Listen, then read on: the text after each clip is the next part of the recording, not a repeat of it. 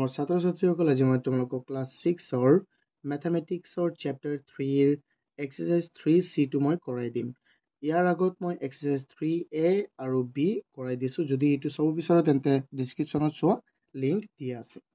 এতিয়া চোৱা ষ্টুডেণ্টছ, আমাক ইয়াত দিছে প্ৰথম কুৱেশ্যনটো, ফ্ৰম দ্য ফিগাৰ, মানে এই ফিগাৰ মানে এই চিত্ৰটোৰ পৰা নেম দ্য এংগল 1 2 3 4 5, মানে ইয়াত চোৱাচোন, এনে ইয়াত আছে এইটো এংগল 1, এইটো এংগল 2, এংগল 3 4 5 6, এইকেইটা এংগলৰ কি ক'ব কৈছে, নামকৰণ কৰিব দিছে, মানে নাম লিখিব দিছে। যেনে আমাক এটা এক্সাম্পল দিয়া আছে। ফৰ এক্সাম্পল এংগল 1ক তুমি কেনেকৈ লিখিব দিছে, যেনে ইয়াত লিখি দিছে angle B B D E, এনেকৈ দিছে। চোৱা, আমি সদায় এংগল এনেকৈ লিখোঁ। এংগল কেনেকৈ হয় চোৱা, মই অকণমান বেচিকটো কৈ দিওঁ।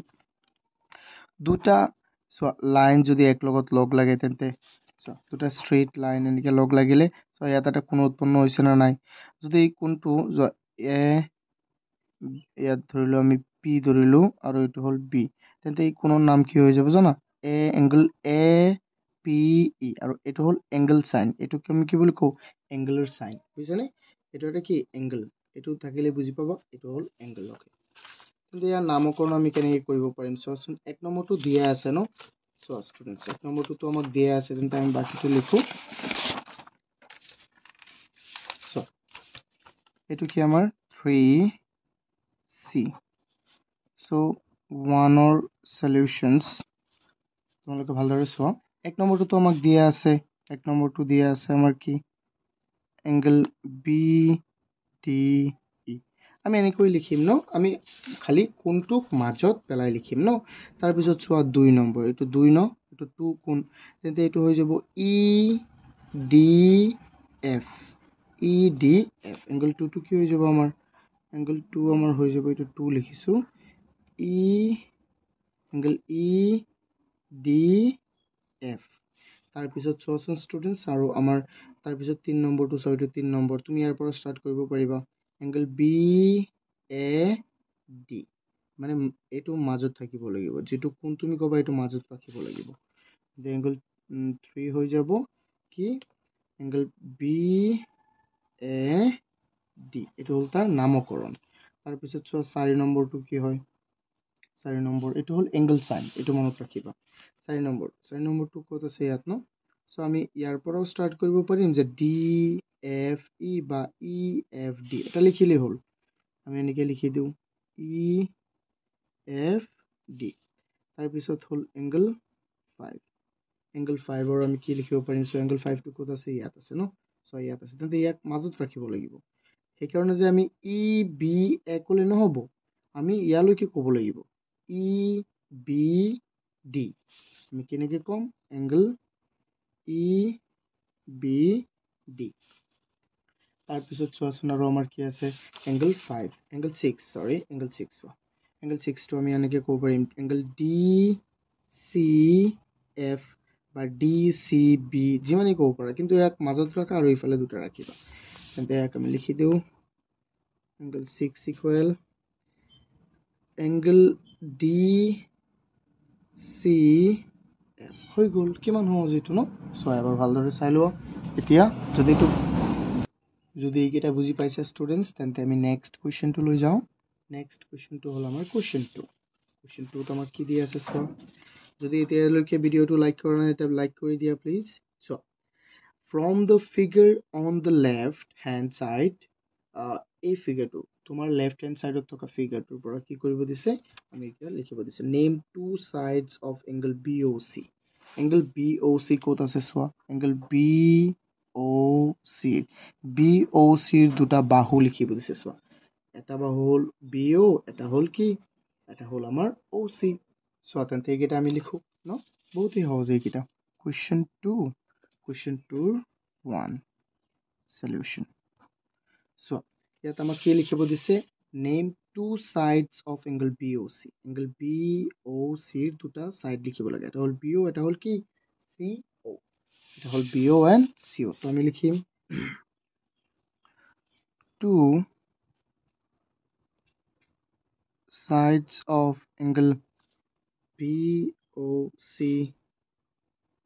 আর বি ও এন্ড কি হয়ে যাব এন্ড সি ও এটা হল বি ও আর এটা কি সি ও তাৰপিছত চোৱা 2 নম্বৰটো কি কৈছে ষ্টুডেন্টস 2 নম্বৰটো চাওঁ আমি ইয়াত কৈছে name the interior point of angle A O B A O বিৰ ইণ্টেৰিয়ৰ পইণ্টটো লিখিব দিছে চ' এংগল এ অ বিৰ ইণ্টেৰিয়ৰ পইণ্ট ইণ্টেৰিয়ৰ মানে কি চোৱা এ অ বি মানে কি চোৱা এইটো মই এনেকৈ মুচি চোৱা মই চোৱাচোন এতিয়া এইটো হৈ গ'ল আমাৰ এ অ বি কোণটো হয়নে নহয় মই এনেকৈ দি দিছোঁ যাতে অকল এ অ বি কোণটোৱে তুমি চোৱা এতিয়া ইয়াৰ ভিতৰত থকা এটা বিন্দুৰ ক'ব লাগে ইণ্টেৰিয়ৰ মানে কি আছিলে ভিতৰৰ আৰু এক্সটেৰিয়ৰ মানে কি আছিলে বাহিৰৰ মই 3Bত এইটো কৰাই দিছিলোঁ ন 3Bত এইটো এনেকুৱা এটা কৰাই দিছিলোঁ তেন্তে কি হৈ যাব পইণ্ট ডি চ' এইটো আমি কেনেকৈ লিখিম কোৱা ষ্টুডেণ্টছ এইটো হৈ যাব solution the interior point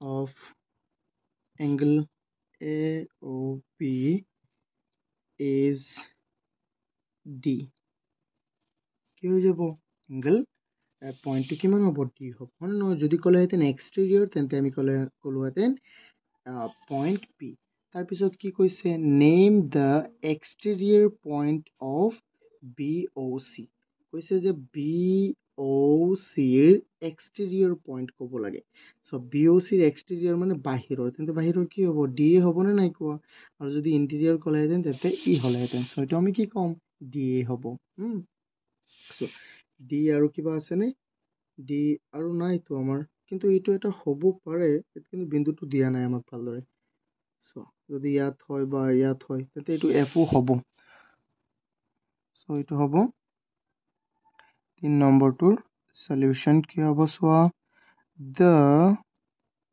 the exterior point of angle BOC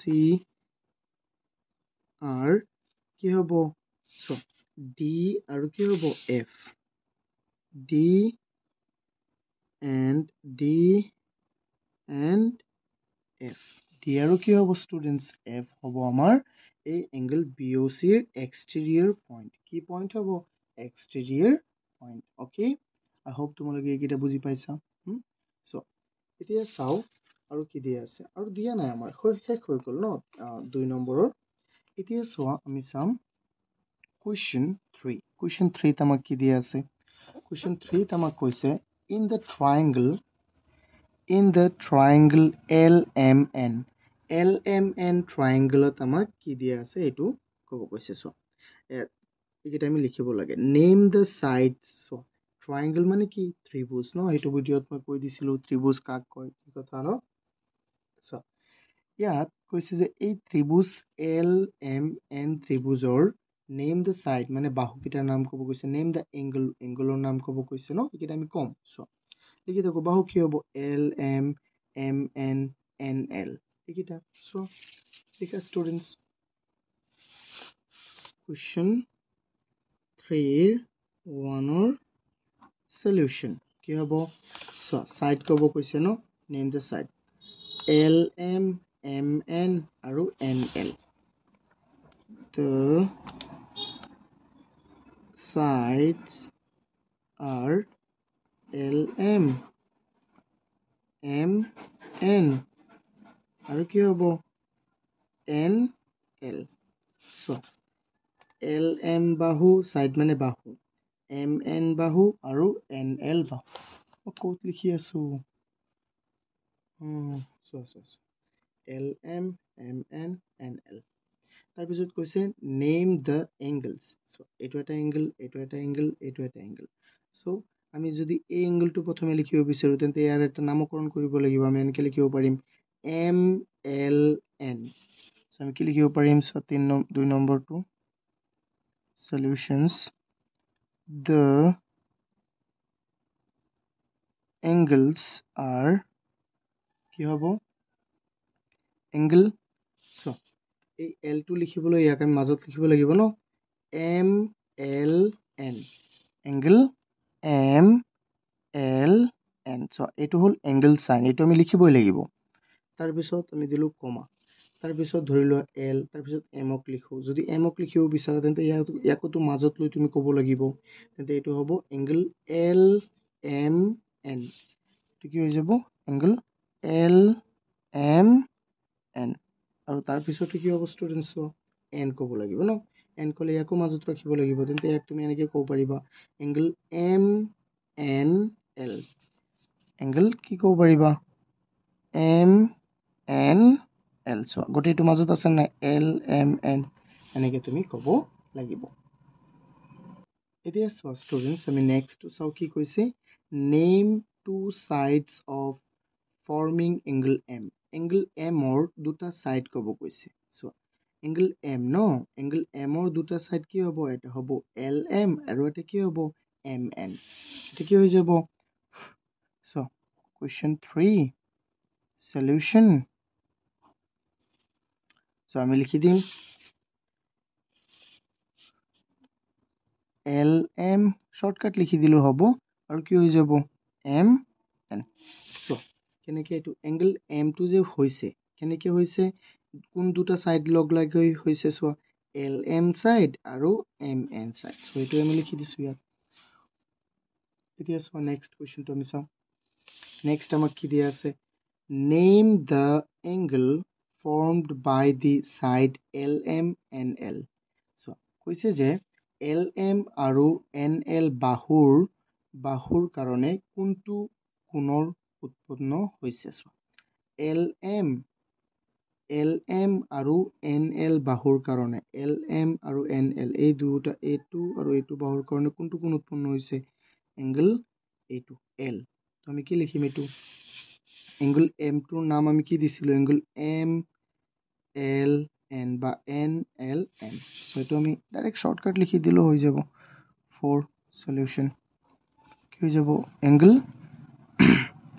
M L N বুজি পাইছানে এইটো কি কৈছে যে চোৱা মই আকৌ কৈ দিওঁ এইটো যে name the angle formed by the side L M and L N চ' ইয়াত আমাক অসমীয়াটো দিয়া আছে লাগিলে সেইটো চাই লোৱা তোমালোকে এল এম আৰু এন এল বাহু দুটাই গঠন কৰা কোনটোৰ নাম লিখা মানে এম এল আৰু এন এল বাহু দুটাই কোনটো কোণ গঠন কৰিছে এইটো কৰিছেনে নাই আৰু এইটোৰ নাম কি এল কিন্তু এলটোক আমি এনেকৈ লিখিলে নহ'ব ন আমি সুন্দৰকৈ লিখিম এনেকৈ লিখিলেও হ'ব চ' অকল এংগল এল লিখিলেও হ'ব বাট আমি এনেকৈ নিলিখোঁ ন আমি এনেকৈ লিখিম এংগল এন এল এম বা এম এল এন এনেকৈ লিখিলেও হ'ব চ' মই সেইটো লিখি দিছোঁ তোমালোকে এবাৰ চাই ল'ব ভালদৰে চ' এইটো 3 নম্বৰ কমপ্লিট সলিউশ্যন চ' চাই এতিয়া আমি চাওঁ কুৱেশ্যন 3 আমাৰ শেষ হ'ল এতিয়া আমি চাওঁ কুৱেশ্যন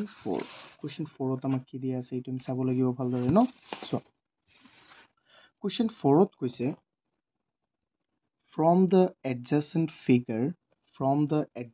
ফিগাৰ এই ফিগাৰটোৰ পৰা কৈছে মানে চিত্ৰটোৰ পৰা কি কৈছে নেম 3 ট্ৰাইংগলছ ইয়াৰ পৰা 3টা ত্ৰিভুজৰ নাম লিখিব দিছে চোৱা এইটো ট্ৰাইংগলছ 3টা লিখিব দিছে ট্ৰাইংগলছ মানে কি ত্ৰিভুজ চ' এটা হৈ যাব P Q S P Q R এটা ডাঙৰটো আৰু পি এছ আৰ হৈ গ'ল কিমান সহজ ন চ' আমি লিখোঁ এইটো 4 নম্বৰৰ এক সলিউশ্যন অকল ত্ৰিভুজকেইটা লিখি দিওঁ চ' এতিয়া মই চিত্ৰটো অংকন কৰি লৈছোঁ এতিয়া আৰু আমি ইমান চাই থাকিব নালাগে চ' 1 নম্বৰটো কি আছিলে কৈছে যে ইয়াত 3টা ট্ৰাইংগল লিখিব লাগে ন এই ট্ৰাইংগলটোৰ পৰা এই চিত্ৰটোৰ পৰা 3টা ট্ৰাইংগল লিখিব লাগে চ' এটা হৈ যাব কি আমাৰ পি এছ আৰ এইটো এটা তেন্তে ইয়াত লিখিম আমি কি এইটো হ'ল ট্ৰাইংগল লিখাৰ নিয়ম যেনে এংগল লিখিলে আমি এইটো বহাব লাগে ন ঠিক তেনেদৰে আমি যিকোনো ত্ৰিভুজ লিখিলে আমি এনেকৈ বহাব লাগে চ' এইটো মই এইটো এনেকৈ দিবা সৰু ত্ৰিভুজ এটা লিখিবা আৰু কিন্তু ইয়াৰ নাম কি আছিল এংগল পি এছ কিউ আৰু এটা আমি কি লিখিব পাৰিম পি এছ আৰ চ' এইটো এইটো সো এইটো হৈ যাব ট্ৰায়াঙ্গল পি এছ আৰ আৰু আনটো কি হৈ যাব কোৱা আনটো হৈ যাব আমাৰ চোৱা আনটো হৈ যাব চোৱা ডাঙৰটো পি কিউ আৰ ন ট্ৰায়াঙ্গল আমি লিখিব পাৰিম ট্ৰায়াঙ্গল পি কিউ আৰ হৈ গ'ল তিনিটা তাৰপিছত 2 নম্বৰটোত কি কৈছে সেইটো আমি চাওঁ 2 নম্বৰটোত আমাক কৈছে যে 2 নম্বৰত আমাক কৈছে ষ্টুডেন্টস নেম 6 লাইন সেগমেন্টস আমাক ইয়াত থকা এই চিত্ৰটোত থকা 6টা ৰেখাখণ্ডৰ নাম আমাক ক'ব কৈছে সো তোমালোকে তো ইয়াত ক'ব পাৰিবা ন এইকেইটা কি ৰেখাখণ্ড হয়নে নহয় সো জাস্ট ক'লেই হ'ল আমি এই চিত্ৰটো চাইছে আমি কম এটা হৈ যাব পি কিউ পি আৰ এনেকে লিখি থাকা পি কিউ যেহেতু ৰেখাখণ্ড বা লাইন সেগমেন্ট এখানে ওপৰত আমি এই চিহ্নটো দিব লাগিব পি এছ তাৰপিছত এছ আৰ তাৰপিছত পি আৰ এইটো চোৱা পি আৰ আৰু কি হ'ব কেইটা হৈ গ'ল আমাৰ হৈ গ'ল 1 2 4টা ন 4টা আৰু পি এছ এটা হ'ব পি এছ এটা হৈ গ'ল আৰু আমি কি লিখিব পাৰিম চোৱা এই দুটা মিলি এটা হৈ যাব পি সো পি নহয় এইটো কিউ আৰ বা আৰ কিউ লিখিলেও হ'ব একো অসুবিধা নাই তাৰপিছত কি কৈছে এইটো আমি চাওঁ চোৱাচোন ষ্টুডেন্টস তাৰপিছত 3 নম্বৰটোত কৈছে which two triangles have PR as the common side তলৰ এই চিত্ৰটোত কোন দুটা ত্ৰিভুজৰ কমন মানে কি সাধাৰণ বাহুটো হ'ল PR কোন দুটা ত্ৰিভুজৰ সাধাৰণ বাহু PR কোৱাচোন তুমি চোৱা ইয়াত আমি ভালদৰে চালে আমি চাম যে PR ন তেন্তে এটা হৈ যাব কি PSR আৰু PR বাহুটো আছে আৰু PQR আৰু PR বাহুটো আছে সো আমি ইয়াত লিখি দিম 3 নম্বৰটো solution triangle PQR and triangle PSR PQR আৰু PSR দুটাৰে সাধাৰণ বাহু কি আছে PR তোমালোকে এবাৰ আকৌ চাই লোৱা চিত্ৰটো চোৱা PSR আৰু PQR এই দুটাৰে PR বাহুটো সাধাৰণ বা কমন চোৱা কমন মানে মিল থকা চোৱা তাৰপিছত আছে কি which two triangles have angle Q as the common angle চোৱা এতিয়া কৈছে যে সেম বস্তু অকল PR ৰ হলনি এতিয়া কি কৈছে angle Q ৰ কথা কৈছে চোৱা যে কোন দুটা ত্ৰিভুজৰ সাধাৰণ কোণ angle Q চোৱা angle Q কোন দুটা ত্ৰিভুজৰ সাধাৰণ কোণ চোৱা এটা হ'ব PSQ আৰু PQR সো সিম্পল কে লিখি দিম এনেকে 3 নম্বৰ 4 নম্বৰৰ solution triangle PQR and triangle PSQ হৈ গ'ল কিমান সহজ ন চোৱা এতিয়া আমি চাম কোৱেশ্চন 5 টো চোৱা কোৱেশ্চন 5 ত আমাক কি কৈছে draw a circle মানে কি বৃত্ত এটা বৃত্ত অঙ্কন কৰা উইথ সেন্টাৰ O সেন্টাৰ মানে কি বৃত্তটোৰ বৃত্তৰ কেন্দ্ৰটো কি হ'ব লাগিব O draw a radius মানে কি বৃত্তৰ ব্যাসাৰ্ধ কি এইবিলাক মই বুজাই দিম a chord মানে কি জ্যা and a diameter মানে কি ব্যাস of that circle and name them আৰু ইহঁতৰ নামকৰণ কৰিব দিছে চোৱা এইকেইটা মই প্ৰথমে মই বৃত্তটো অঙ্কন কৰিলো তাৰপিছত মই এইটো বুজাই দি আছো চোৱা এতিয়া চোৱা ষ্টুডেন্টস মই অকল বৃত্তটোহে অঙ্কন কৰিছো যাৰ এটা কেন্দ্ৰ ন চোৱা এতিয়া কেন্দ্ৰটো মই দিলো কি 0 মানে 0 এইটো হ'ল তাৰ কেন্দ্ৰটো চোৱা জিৰ' নহয় এইটো O দিব কৈছিলে সো আমি O দিলো এতিয়া তাৰপিছত আমাক কৈছে যে এটা ৰেডিয়াস অঙ্কন কৰিব লাগে চোৱা ৰেডিয়াস মানে কি জানা ৰেডিয়াস মানে হ'ল চোৱা এই যে আমি বৃত্তটো যে লিখিছো এই বৃত্তটো যে আমি অঙ্কন কৰিছো এই বৃত্তটোৰ কেন্দ্ৰৰ পৰা তাৰ যিকোনো এটা অংশলৈ দূৰত্ব এইটো হ'ব আমাৰ কি ৰেডিয়াস এইটো হ'ল ৰেডিয়াস আমি ধৰিছো যে এই পিত গ'ল বা এত গৈছে ন তেন্তে OA হ'ব তাৰ কি ৰেডিয়াস তাৰপিছত চোৱা ষ্টুডেন্টস তাৰপিছত কৈছে আৰু কি অংকন কৰিব লাগে এ কৰ্ড কৰ্ড মানে কি জিয়া চোৱা এতিয়া জিয়া মানেনো কি চোৱা ধৰা ইয়াত এটা পইণ্ট আছে কি বি আৰু ইয়াত এটা পইণ্ট আছে কি চি কিন্তু এই বি আৰু চি এই দুটা পইণ্টক এটা বৃত্তৰ যিকোনো দুটা বিন্দুক একলগ কৰিলে এটা ৰেখাৰ উৎপন্ন হ'ব আৰু সেইটোকে আমি কি বুলি ক'ম কৰ্ড বা যাক আমি অসমীয়াত জিয়া বুলি কওঁ চোৱা এইটো হৈ গ'ল আমাৰ জিয়া এতিয়া আকৌ লিখিব লাগে কি আমাক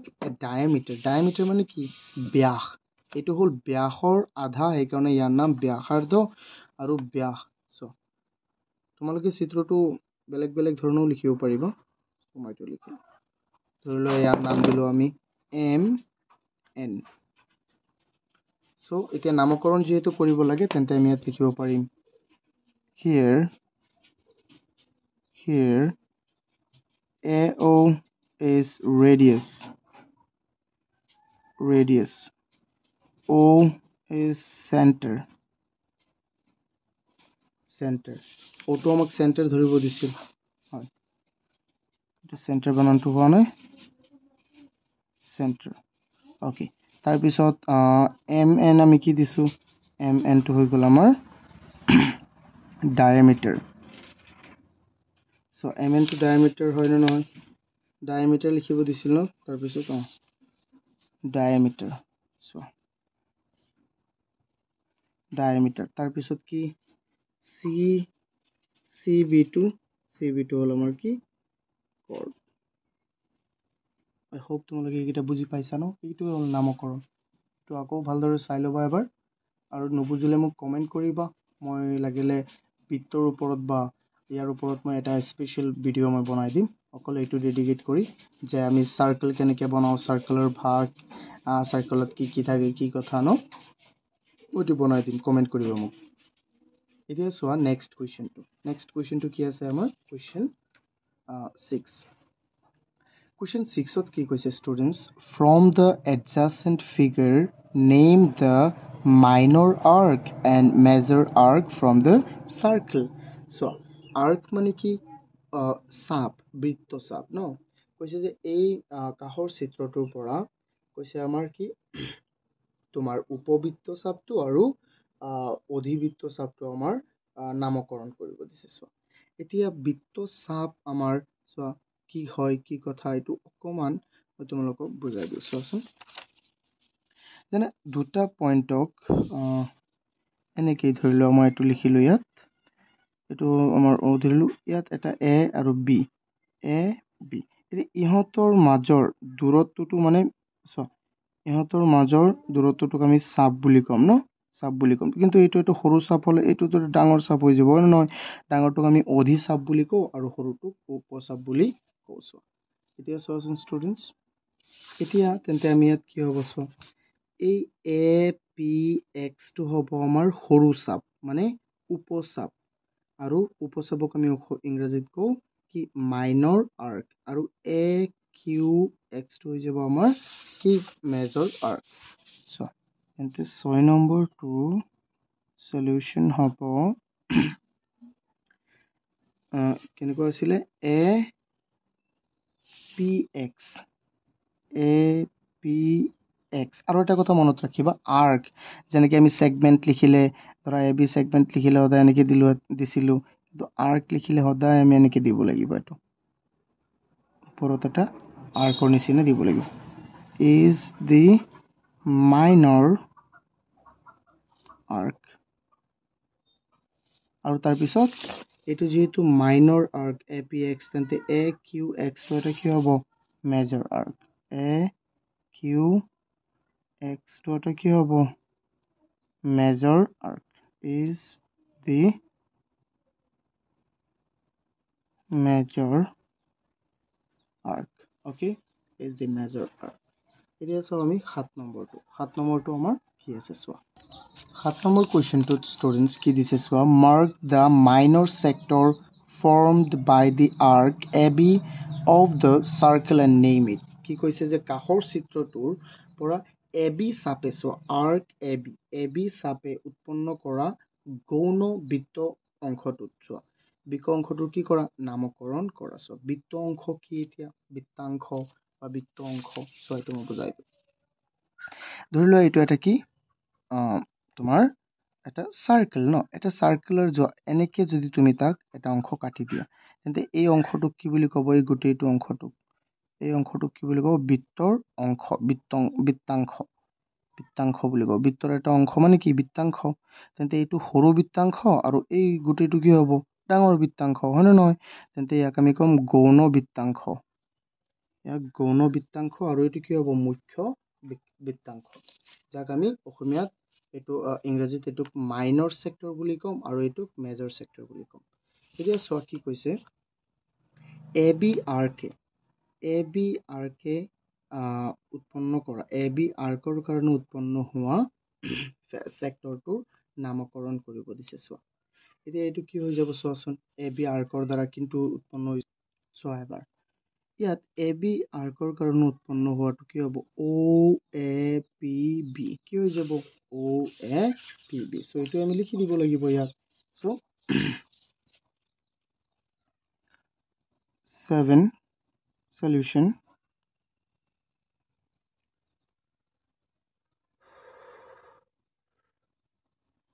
the sector name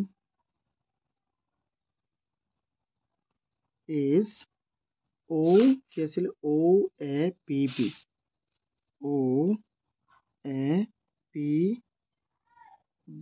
ইয়াত একো চিহ্ন দিব নালাগে, যেনে ওপৰত আৰ্কত সদায় দিব লাগিব। এইটো মনত ৰাখিব। তাৰপিছতো আমি চাওঁ ষ্টুডেণ্টছ, তাৰপিছত একেবাৰে আমাৰ শেষৰটো কুৱেশ্যন 8, এই চেপ্টাৰৰ একেবাৰে অন্তিমটো কুৱেশ্যন। কুৱেশ্যন 8ত আমাক কি দিছে? Mark the major segments of the circle formed by the arc X Y and name it. কি কৈছে চোৱাচোন, কাষৰ চিত্ৰটোৰ পৰা এক্স ৱাই চাপে উৎপন্ন কৰা মুখ্য বৃত্তাংশটোৰ চিন দিয়া আৰু ইয়াৰ নামকৰণ কৰা। মুখ্য বৃত্তাংশ, ইয়াত আছিলে কি আমাৰ গৌণ বৃত্তাংশ, বাট ইয়াত কি ক'ব লাগে? মুখ্য বৃত্তাংশ। একেবাৰে এইটো সহজ, এইটো হয় নে নহয় কোৱা? চ' ইয়াত কৈছে আমাৰ কি দিব লাগে? চিন দিব লাগে। চিন মানে ইয়াত এনেকে চিহ্ন দিব লাগে মুখ্যটো। চ' এইটো তোমালোকে এনেকে বনাব পাৰিবা। চোৱা ষ্টুডেণ্টছ, মই এইটো একেবাৰে বেচিকটো বুজাই দিওঁ। এইটোৰ যিহেতু চিহ্ন দিব লাগে। সলিউশন, এইটো হ'ল ছেগমেণ্ট, বাট এইটো কি আছিলে? চেক্টৰ। এতিয়া ছেগমেণ্ট কি মই অকণমান বুজাই দিওঁ। ধৰি লোৱা মই এটা ল'লোঁ, এইটো উত্তৰটোৱে লিখি আছোঁ হে, মই ইয়াতে একেবাৰে বুজাই দি দিম। এইটো ধৰি লোৱা এটা আমাৰ বৃত্ত হ'ল। তোমালোকে কিন্তু কাঠ পেঞ্চিলেৰে লিখিবা সুন্দৰকৈ। এই বৃত্তটোৰ এনেকে যদি তুমি কাটি দিয়া, এনেকে যদি কাটি দিয়া, তেন্তে এইটো এটা অংশ হৈ গ'ল, এইটো এটা অংশ হৈ গ'ল। এইকেইটাক আমি কি বুলি ক'ম? ছেগমেণ্ট। এইকেইটাক আমি কি বুলি ক'ম? ছেগমেণ্ট বুলি ক'ম। এতিয়া চিত্ৰত যেনেকে দিয়া আছিলে এনেকে লিখা, এক্স ৱাই, এইটো হ'ল কেন্দ্ৰ, এইটো হ'ল আমাৰ কি? জেড। এতিয়া কৈছে যে এক্স ৱাই আৰ্কৰ কাৰণে সৃষ্টি হোৱা ছেগমেণ্টটো, মেজৰ ছেগমেণ্টটোৰ চিহ্ন দিয়া। তেন্তে এক্স ৱাই আৰ্কৰ কাৰণে কোনটো সৃষ্টি হৈছে? এইটো হৈছে নে নাই কোৱা? তেন্তে ইয়াত আমি চিহ্ন দি দিওঁ। এনেকে মানে এনেকে দি দিয়া, তোমালোকে যিয়ে দিয়া, প্লাছ প্লাছ কিবা কিবি, বা ৰং কৰি দিবা, বা এনেকে দিব পাৰিবা, এনেকে।